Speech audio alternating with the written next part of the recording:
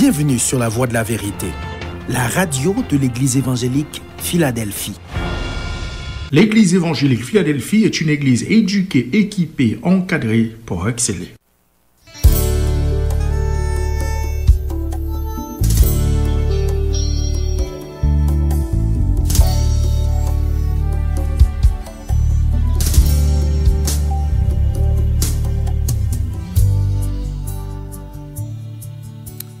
Chers amis auditeurs, chers parents,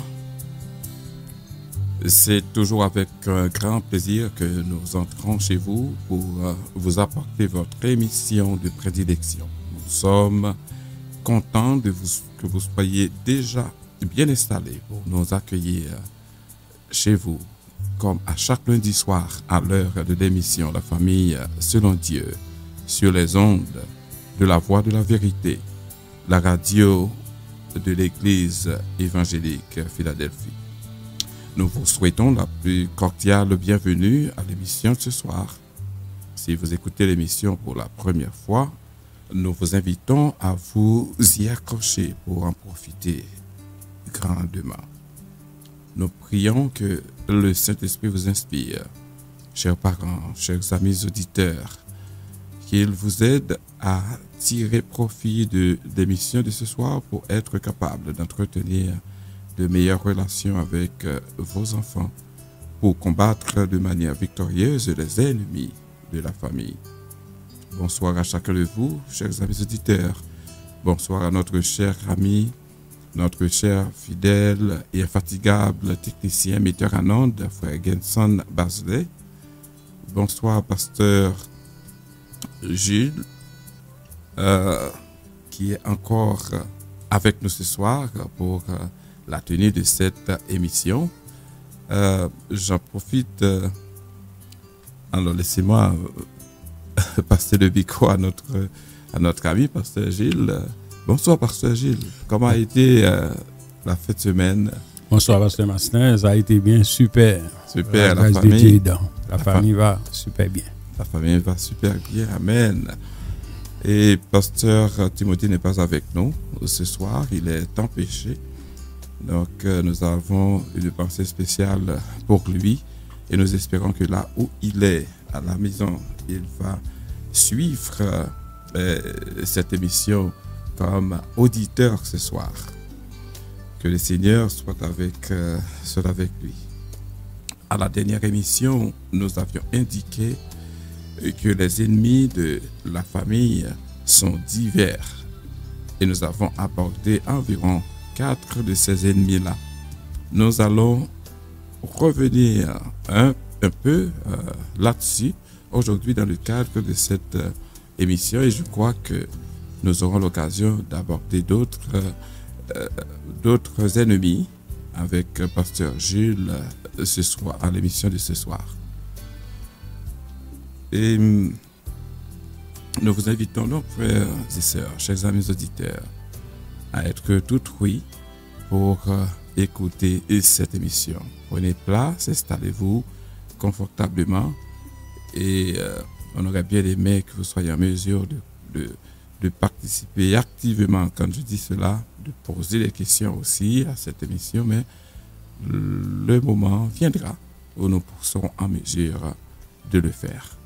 Comme d'habitude, nous allons inviter notre Dieu à prendre la direction de l'émission de ce soir en priant avec notre frère, notre ami, notre collègue, pasteur Gilles Rochman. À toi la gloire, à toi l'honneur. Seigneur, nous voulons te remercier. Nous te disons merci pour les multiples grâces dont nous sommes l'objet de ta part. Nous t'invitons ce soir à être de nôtres tout au long de cette émission. Nous te demandons de nous éclairer de manière à ce que nos chers auditeurs puissent nous suivre attentivement et qu'ils en tirent le maximum de cette émission. Sois avec nous Nous t'en prions au nom et la parole de son Fils Jésus-Christ, lui qui vit et qui règne jusqu'à la consommation des siècles. Amen. Chers amis auditeurs, notre réflexion du jour, nous allons réfléchir sur un verset tiré de l'Évangile selon Marc, qui se lit ainsi: si une famille est divisée et que ses membres luttent les uns contre les autres, cette famille ne subsistera pas. Marc chapitre 3, verset 25. Si une famille est divisée et que ses membres luttent les uns contre les autres, cette famille ne subsistera pas. Le terme d'unité est souvent utilisé dans la Bible, notamment dans le Nouveau Testament. Il caractérise l'harmonie qui indique si un ensemble, si une institution ou si une famille est capable de progresser dans la bonne direction. Ce n'est donc pas sans raison que Jésus-Christ lui-même a pris le soin de prier le Père afin que ses disciples demeurent dans l'unité qu'ils formaient entre eux et avec Christ, et que cette unité puisse se compléter en Dieu. En effet, il dit en Jean chapitre 17, « Ce n'est pas pour eux seulement que je prie, mais encore pour ceux qui croiront en moi par leur parole, afin que tous soient un, comme toi, Père, tu es en moi, et comme je suis en toi, afin qu'eux aussi soient un en nous, pour que le monde croie que tu m'as envoyé. Je leur ai donné la gloire que tu m'as donnée, afin qu'ils soient un comme nous sommes un. Moi en eux et toi en moi, afin qu'ils soient parfaitement un, et que le monde connaisse que tu m'as envoyé et que tu les as aimés comme tu m'as aimé.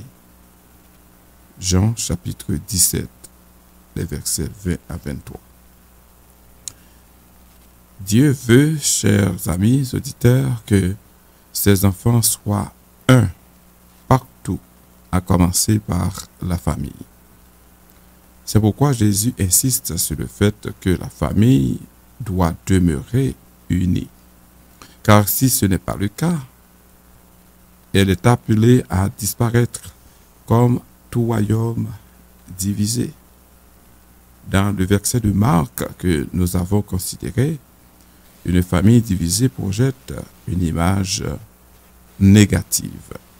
Elle signifie que l'amour qui devait unir ses membres n'existe plus et que c'est la haine qui s'installe au sein d'une telle famille. Et Dieu seul sait qu'une fois que la haine s'installe, eh bien la famille ne peut plus vraiment être cette famille qui reflète Dieu, qui reflète la volonté de Dieu. Et c'est l'ennemi qui prend place au sein de cette famille. La division au sein d'une famille entraîne la désobéissance à la parole de Dieu et crée une situation de privation, de bénédiction. Car l'obéissance à la parole de Dieu est source de bénédiction de toutes sortes. Dans une famille divisée, eh bien, il n'y a pas vraiment place pour l'exercice de la spiritualité puisque l'esprit n'évolue pas dans la négativité, l'esprit n'évolue pas non plus dans la division. Et l'unité est si importante dans le Nouveau Testament que l'apôtre Paul, à travers presque tous ses épîtres, en parle. Et c'est ce qu'il va dire aux Philippiens, c'est ce qu'il va dire aussi aux Éphésiens, Et aux Éphésiens, il va insister pour dire que nous avons un même but, nous servons un même Dieu, nous avons reçu le même baptême, nous avons la même foi, etc. Donc, nous avons intérêt à demeurer unis, puisque nous avons le même maître, nous servons le même maître, nous servons le même Dieu. Nous n'avons aucun intérêt à demeurer dans la division. Et comme nous avons dit tantôt, c'est ce qu'il va prêcher aussi aux Philippiens. Aux Philippiens tout comme aux Corinthiens. Ainsi, parents et amis, chers auditeurs qui nous écoutez en ce moment, sachez que Dieu prend plaisir à l'unité de la famille et soutient le développement et l'épanouissement de la famille. Travaillons donc de manière à maintenir l'unité dans la famille, quel que soit le type ou la forme de famille. Ainsi, l'Église, en tant que famille, demeurera et se développera dans une perspective d'unité parfaite. Il ne faut pas oublier que l'Église, nous l'appelons une famille, mais cette famille qu'est l'Église est constituée de l'ensemble des familles qui fréquentent cette institution qu'est l'Église. S'il y a division au sein d'une famille, au sein de quelques familles, eh bien la division va s'installer aussi dans la grande famille que constitue l'Église. Or, c'est pas pour cela que Christ avait prié. Et c'est la raison pour laquelle nous vous invitons à faire de votre mieux, chers amis auditeurs, chers parents, vous qui nous écoutez à l'instant, pour que l'unité soit l'une des caractéristiques de votre famille. Que le Seigneur vous aide à cultiver l'unité dans vos familles pour que l'amour soit effectivement l'élément qui la caractérise. Amen. Chers amis auditeurs, à l'introduction de l'émission de ce soir, nous avons attiré votre attention sur le fait que la dernière fois, disons à la dernière émission, nous avons commencé à vous parler d'un sujet important, nous l'appelons même un thème, et qui se trouve être les ennemis de la famille. Et autour de ce thème, nous avons identifié beaucoup d'ennemis avec notre frère, notre ami, notre collègue du ministère et aussi co-animateur de cette émission, Pasteur Gilles. Et nous en avons identifié plusieurs. Nous ne les avons pas nommés au début de cette émission. Nous avons voulu laisser le soin à notre ami qui va nous en parler, de le faire. Mais je tiens quand même à vous rappeler qu'on avait abordé 4 de ces ennemis et à la dernière émission. Ces quatre éléments, donc mon collègue me fait signe pour me dire que c'est 3 éléments, c'est 3 ennemis qu'on avait abordés. Le premier, c'était le problème de la connaissance, communication, le problème de la communication. Ensuite, on a parlé aussi de la négligence des enfants au sein de la famille. On a parlé aussi de la jalousie dans la famille. Et on a mis l'accent sur cet aspect qu'on appelle les conflits non résolus. Donc, ce sont ces éléments qu'on avait identifiés comme étant des ennemis. Alors, les 4 premiers, tels que je viens de l'exprimer ici, même si on avait vraiment insisté sur 3, et on va revenir un petit peu sur ces éléments-là, ces différents ennemis, pour vous rappeler en profondeur ce que nous avons vu. Et tout de suite après, on va poursuivre en abordant quelques autres ennemis. Donc, nous espérons que le temps que nous allons passer ensemble dans cette émission, à écouter cette émission, eh bien, ne sera pas un temps vain, étant donné que vous et nous allons profiter grandement de cette émission, ou du moins des notions que nous allons partager avec vous.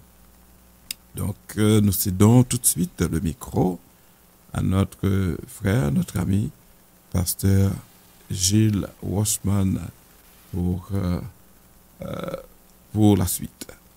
Bonsoir, pasteur Aslan. Bonsoir, pasteur. Comment allez-vous? Eh bien, je vais très bien. Et comment va la famille? Tout le monde va bien, la famille va très bien, merci. Très bien. Mais j'en profite pour saluer notre infatigable, notre ami, le frère Ginson Basley.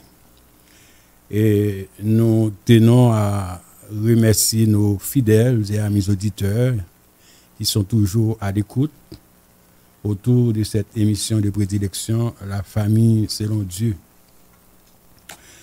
La fois dernière, on avait initié le thème les ennemis de la famille. Et on avait abordé 3 de ces ennemis. On avait abordé les conflits non résolus, le manque de communication, la négligence des enfants, et on avait même effleuré en quelque sorte un autre ennemi, c'est la jalousie. On va essayer de faire une toute petite récapitulation autour de ces 3 ennemis qu'on avait identifiés la fois dernière. La finalité, c'est que Dieu aime une famille forte. Dieu aime une famille utile et Dieu aime une famille bénie. C'est donc la finalité autour de cette démarche. On avait dit un manque de communication, c'est pas qu'il y ait une absence de communication, mais plutôt un manque de communication. Maintenant, quand on identifie les ennemis, c'est plus facile de pouvoir résoudre la problématique. Parce que on disait souvent, lorsqu'un problème est résolu, lorsqu'un problème est identifié, il est à moitié résolu. Et c'est exactement la même chose. Manque de communication au niveau de la famille. On l'avait dit que les parents ne communiquent pas assez avec les enfants.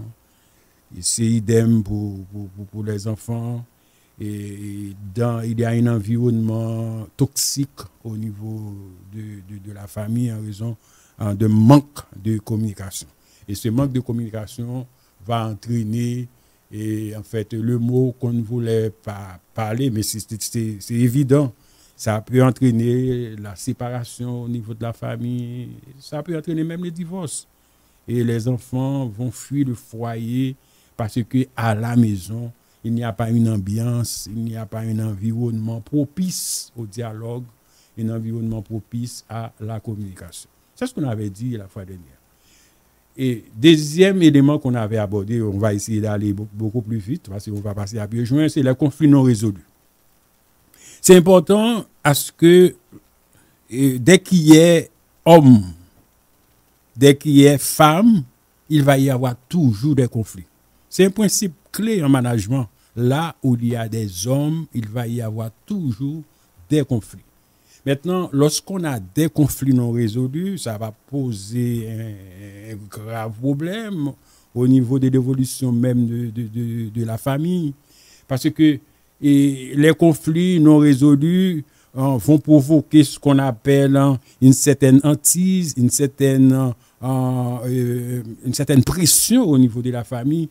Et ça va créer ce qu'on appelle une certaine méfiance aussi au niveau de la famille. Maintenant, c'est mieux, mes chers auditeurs, les parents, les enfants qui m'écoutent ce soir, c'est important de résoudre les conflits. Lorsqu'on a des conflits, il faut prendre le temps de s'asseoir autour d'une table, poser le vrai problème, essayer d'apporter des solutions viables à ces conflits. C'est important. C'est comme un dégel. Parce que lorsque les conflits ne sont pas résolus, il va toujours y avoir des présomptions, tout ça, des idées préconçues. Une fois pour toutes, on doit résoudre ces conflits-là. Et on avait également abordé la négligence au niveau des enfants. Les enfants, c'est important à ce que les parents aient ce qu'on appelle un œil privilégié sur les activités des enfants. Maintenant, au niveau de la négligence des enfants, parce que dans le foyer, on a mis des balises. Dans le foyer, il y a certains principes à respecter. Dans le foyer aussi, il y a un code de conduite.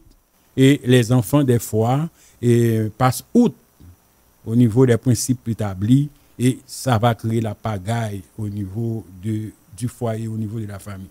Et c'est important à ce que les enfants soient beaucoup plus attentifs à respecter ces règles établies par les parents. Il y va de l'évolution, il y va du bon fonctionnement du foyer. Maintenant, ce sont ces trois concepts, la fois dernière, qu'on a essayé d'aborder juste pour identifier les ennemis de la famille ou encore les irritants. On avait mentionné ces trois irritants, trois ennemis. Et ce soir, on va essayer d'aborder d'autres irritants. On va essayer de voir avec vous d'autres irritants. Par exemple, on va voir ce soir, si le temps nous permettra, de voir, la négligence de la vie spirituelle, 2, la jalousie de la famille, ça c'est extrêmement important. Et si on aura le temps, on va voir la médisance, qui est un autre irritant. Je reprends. 1, la jalousie de la famille, on va reprendre ça. 2, la négligence de la vie spirituelle. Et 3, la médisance. Pasteur Masselin, est-ce que vous avez quelque chose à ajouter à propos de ces trois irritants qu'on avait effleurés la fois dernière, juste avant d'aborder ces trois? Oui, effectivement, Pasteur et Jules, on va dire un petit mot sur peut-être 2 de ces éléments qu'on avait abordés la dernière fois comme ennemis de la famille. Et le premier mot, je vais le dire concernant la communication. La communication, comme telle que vous l'avez abordée, eh bien, représente quelque chose d'incontournable au sein de la famille. Ce n'est pas au sein de la famille seulement, c'est au sein de quelle que soit l'organisation. Parce que s'il n'y a pas de communication, eh bien, aucune organisation ne va fonctionner comme il faut, ne va bien évoluer, ne va bien fonctionner. Donc, nous comprenons que la communication est très importante, effectivement, au sein de la famille. Mais vous avez dit que la communication peut provoquer, disons mieux, le manque de communication peut provoquer la séparation ou bien le divorce même au sein de la famille. Est-ce qu'il y a moyen d'élaborer un petit peu plus sur cet aspect? En fait, il y a beaucoup de divorces qui se sont déclarés, Pasteur Masselin, et lorsqu'on lit à travers les pages des journaux, on dit que la personne est divorcée, c'est à cause d'incompatibilité de caractère. Et maintenant, c'est pas le vrai mot. Le plus souvent, c'est justement une absence de communication. Les gens ne se parlent pas, les gens ne communiquent pas assez. Et puis, chaque personne reste sur sa position. Et c'est là le problème va aggraver. Maintenant, lorsqu'on a une culture de communication au niveau du foyer, ça pourrait en quelque sorte faciliter la tâche entre les deux époux. Mais bon, on ne peut pas mettre tout cas de divorce, tout cas de séparation, à une absence de communication. C'est ça, sur le dos d'une absence, un aspect de communication, parce que certaines fois, après s'être marié, eh bien, les conjoints peuvent ne plus se retrouver après un temps assez court, même s'il y a la communication, mais ils ne peuvent pas continuer à vivre. Moi, je me rappelle, il y a une trentaine d'années, et j'avais rencontré un jeune homme. Alors lui, il souffrait terriblement parce que il n'avait pas 1 an de mariage, mais sa femme ne voulait plus le voir. Mais il a employé toutes sortes de moyens, y compris la communication, pour reconquérir la femme. Mais c'était peine perdue parce que la femme ne voulait plus de lui et elle ne voulait rien attendre. Donc, elle ne voulait plus continuer à vivre dans cette situation-là. Donc, il y a plusieurs autres éléments qui peuvent contribuer à la séparation au sein d'un foyer, au sein d'une famille, okay, tout comme au divorce. Et la communication n'est pas nécessairement capable de résoudre tous ces genres. C'est un des aspects. Mais c'est un des aspects, et je reconnais que c'est très important, la communication. Moi, je dis, c'est pas uniquement au niveau de la famille. Disons, quand on est déjà en famille, qu'on va faire la promotion de la communication, c'est quelque chose qu'on doit commencer bien avant, de s'installer dans un foyer comme mari et femme. Donc, c'est bien avant que cette communication-là doit commencer. Si c'est dans le foyer qu'on va faire cet apprentissage, eh bien, c'est comme si on aura raté le train parce qu'il sera tard. Je ne dis pas qu'il sera trop tard, mais il sera tard. Donc, c'est le premier mot que je voulais dire à propos de cet aspect. Le deuxième aspect, et ça paraît un petit peu choquant, peut-être que c'est la manière de dire, parce que moi, ce que j'ai entendu, c'est que vous avez dit, c'est que là où il y a des hommes, là où il y a des femmes, il y a toujours conflit. Est-ce qu'il n'y a pas un problème de la manière maintenant de communiquer cette vérité? Est-ce qu'il n'y a pas un problème? Est-ce que c'est les hommes et les femmes, ou bien c'est la rencontre des hommes et des femmes qui constitue un espace de conflit, carrément?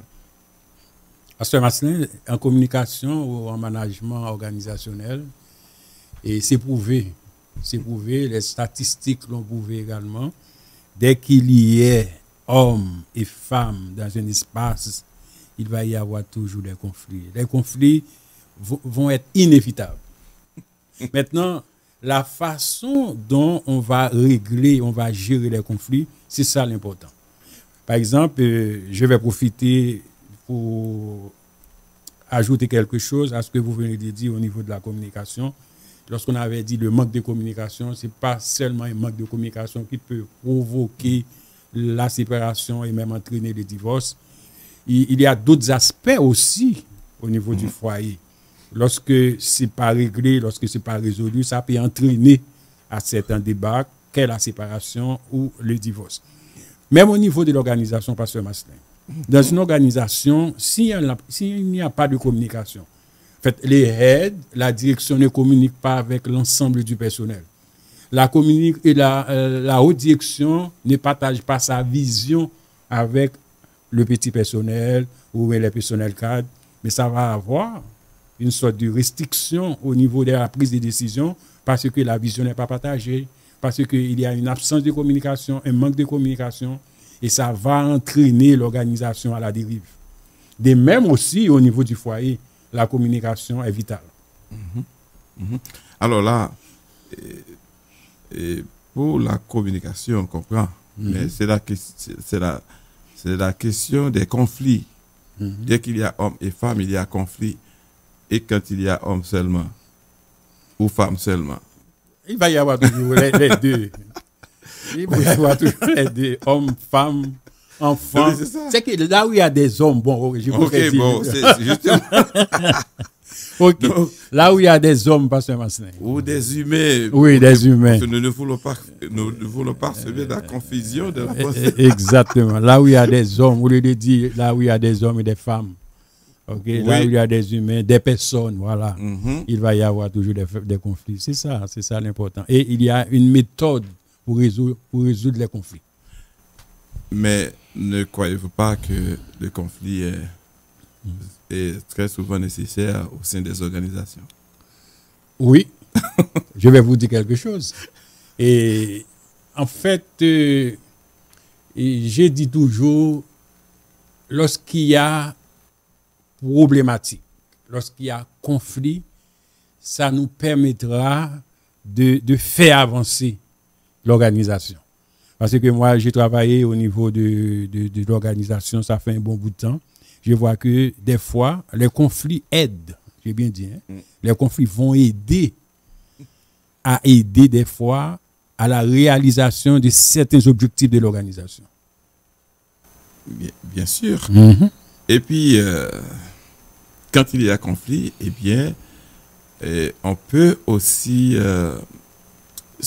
on peut parvenir à comprendre est-ce que tel objectif est partagé par le personnel ou pas, ou bien est-ce que la communication était bien faite, est-ce que la vision effectivement avait été bien communiquée au personnel, est-ce qu'on a tout compris, est-ce qu'on est sur la même longueur d'onde, parce que très souvent le conflit arrive juste parce qu'il y a un manque de compréhension, exact, et parce que la vision n'est pas bien partagée, parce que et chacun ne se voit pas dans dans les activités qui vont concourir à l'atteinte des objectifs, à la réalisation du but au début de l'organisation. C'est la raison pour laquelle les conflits à ce niveau-là peuvent être utiles parce que ça permet de clarifier, disons, aux dirigeants de clarifier leur position et aussi de rendre plus simple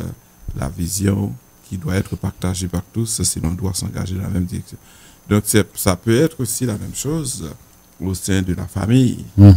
Au sein de la famille, parce que très souvent, il y a conflit parce qu'on n'est pas toujours sur la même longueur d'onde. On ne comprend pas les choses de la même manière. D'ailleurs, il y a une question de culture. Okay.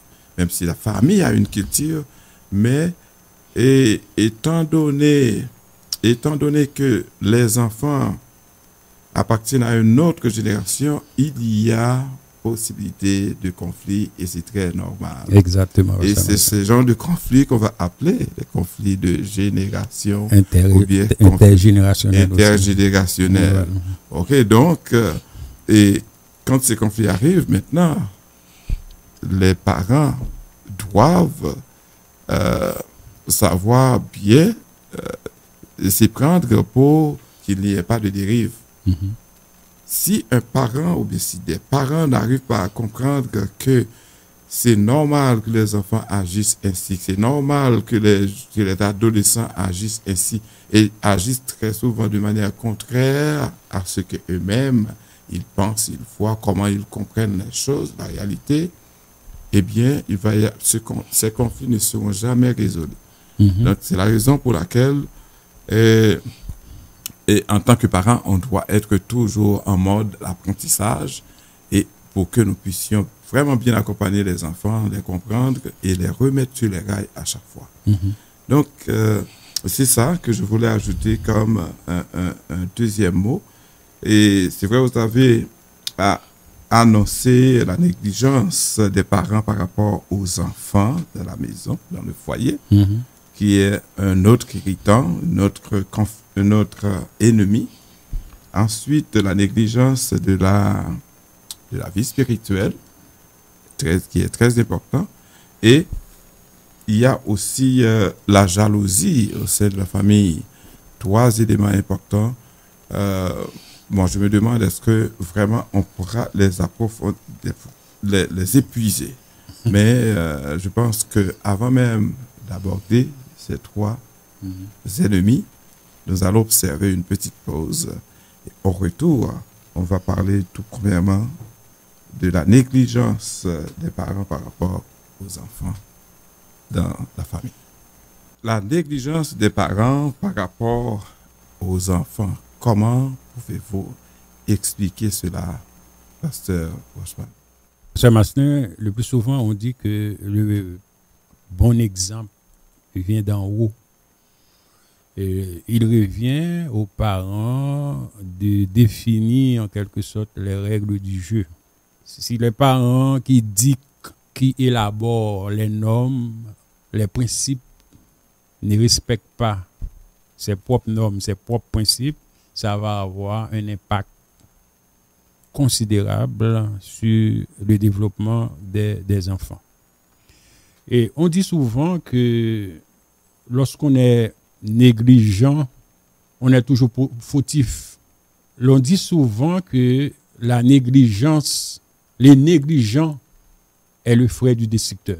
C'est important à ce que les consignes soient respectées. Voilà pourquoi la fois dernière, dans une de nos émissions, on avait dit que les parents doivent agir avec souplesse et fermeté. Il y a la souplesse d'une part, d'autre part, il y a la fermeté. Et si on voulait faire l'équilibre, 50% souplesse, 50% de fermeté. D'autres gens disent 60% de fermeté, 40% de souplesse. Et cette négligence, on va essayer de la comprendre au niveau des attitudes, des comportements qui seront affichés au niveau du foyer. Lorsque les parents ne font pas ce qu'ils doivent faire et les enfants vont profiter de ces vacuums-là pour faire n'importe quoi au niveau du foyer. C'est ça qu'on appelle négligence familiale. Maintenant, on peut expliquer cette négligence familiale aussi par l'irresponsabilité des parents. Et des parents, parce que les parents sont placés pour élever les enfants, les inculquer des valeurs familiales.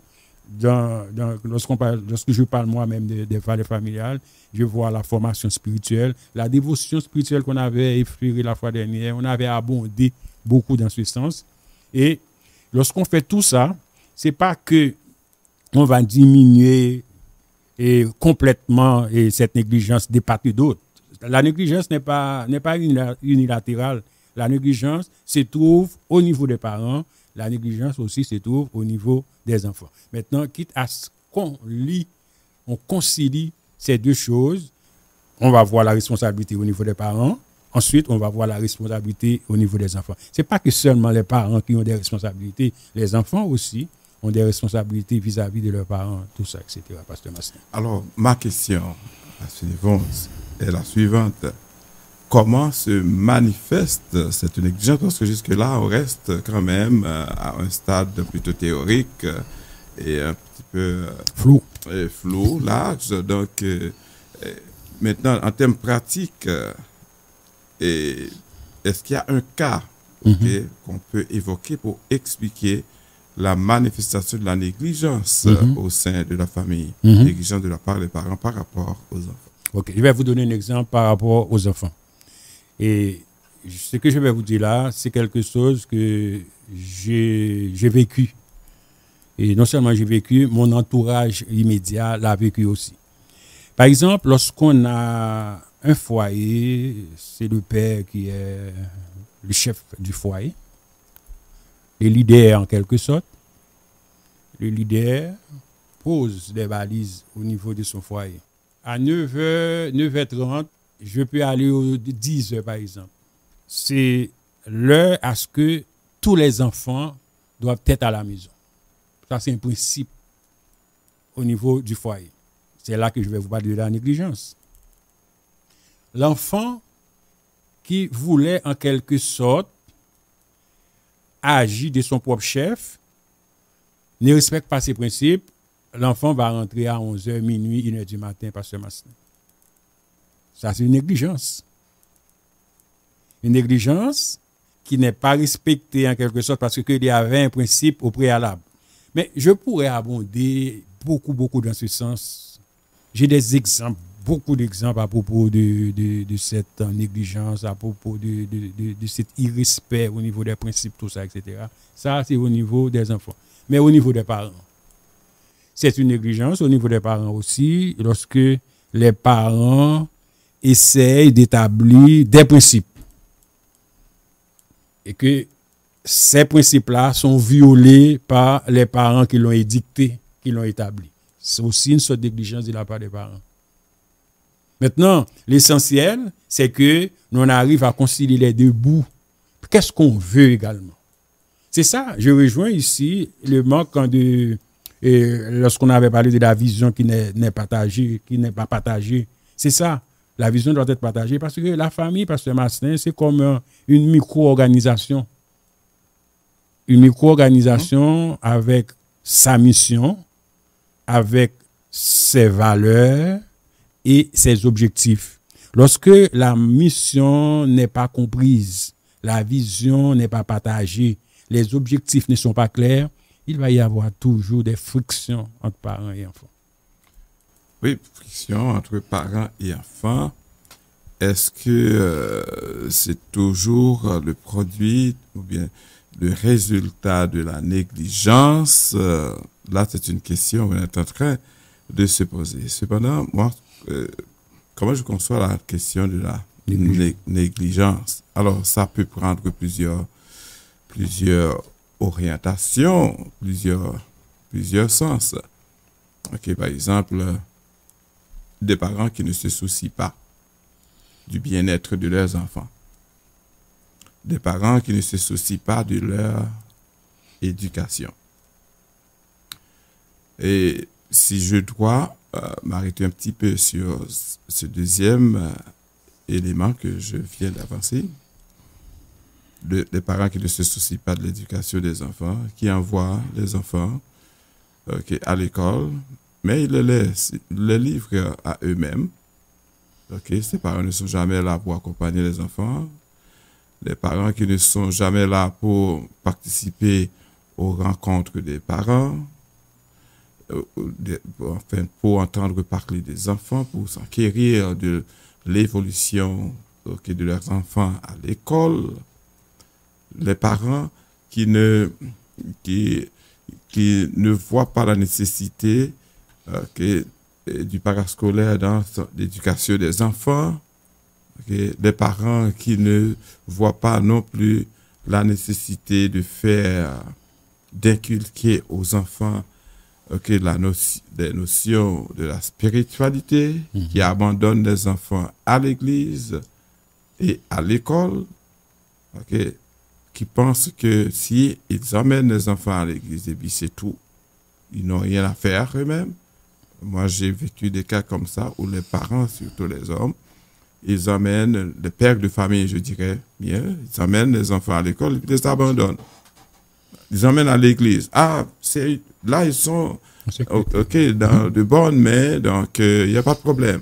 Ils les abandonnent. Après le service, ils reviennent les chercher, juste ça.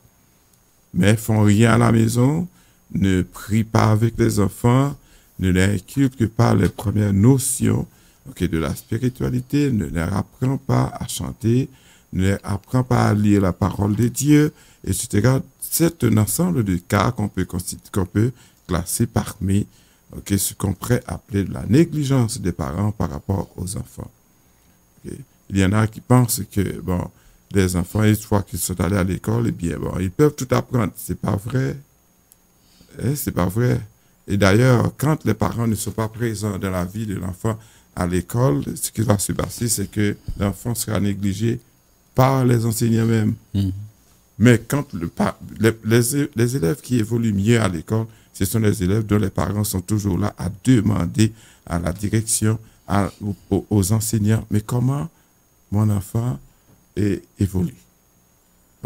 Ils viennent aux rencontres, ils écrivent, ils adressent des messages, ils appellent, pour pouvoir. Là, ce sont des parents qui sont soucieux du devenir de leur enfant, de leur éducation. Donc, tout le monde va être avec eux pour faire. Mais quand on néglige, alors c'est ce genre de cas que je pense qui pourrait caractériser ce qu'on appelle la négligence chez les parents par rapport à leurs enfants. Et cela n'est pas du tout à l'avantage des enfants. Donc, c'est pourquoi moi je comprends effectivement que c'est un ennemi. Ça peut constituer un ennemi de la famille. Parce que même la Bible le dit, quand on est négligent, on travaille beaucoup plus pour la destruction. Et quand on fait cela, on va en payer le prix par la suite. Pasteur Rochebonne, on va observer une petite pause à nouveau. Et au retour, on va s'engager dans un autre irritant. Avant la pause, chers amis auditeurs, on était en train de parler de la négligence des parents par rapport aux enfants. Il se trouve que dans le lot qu'on appelle la négligence des parents par rapport aux enfants, il y a ce qu'on appelle la négligence de la vie spirituelle. Donc, je vais laisser l'occasion à Pasteur Gilles d'élaborer un peu sur, pendant quelques minutes, sur cet aspect, cet ennemi qu'on appelle la négligence de la vie spirituelle. Pasteur Gilles. C'est vraiment important. Dieu aime la famille. Il veut par-dessus tout son unité et sa bénédiction. Ça, c'est important. Les familles de nos jours sont submergées par toutes sortes de problèmes, de tensions, d'irritants, tant à l'interne qu'à l'externe. La négligence de la vie spirituelle en fait partie du lot. Négligence de la vie spirituelle, ça commence au niveau des parents. C'est les parents qui doivent donner le ton. Et le sage Salomon avait dit dans le livre des Proverbes, on doit instruire l'enfant selon la voie qu'il doit suivre. Et quand il sera grand, il ne s'en détournera point. Ça, c'est important. On doit inculquer des notions fortes, des notions de valeur spirituelle aux enfants. Par exemple, si les parents négligent de pratiquer avec les enfants ce qu'on appelle la dévotion familiale chaque soir. Chaque soir. C'est pas une soirée. C'est pas un soir. C'est pas une soirée. C'est pas un moment.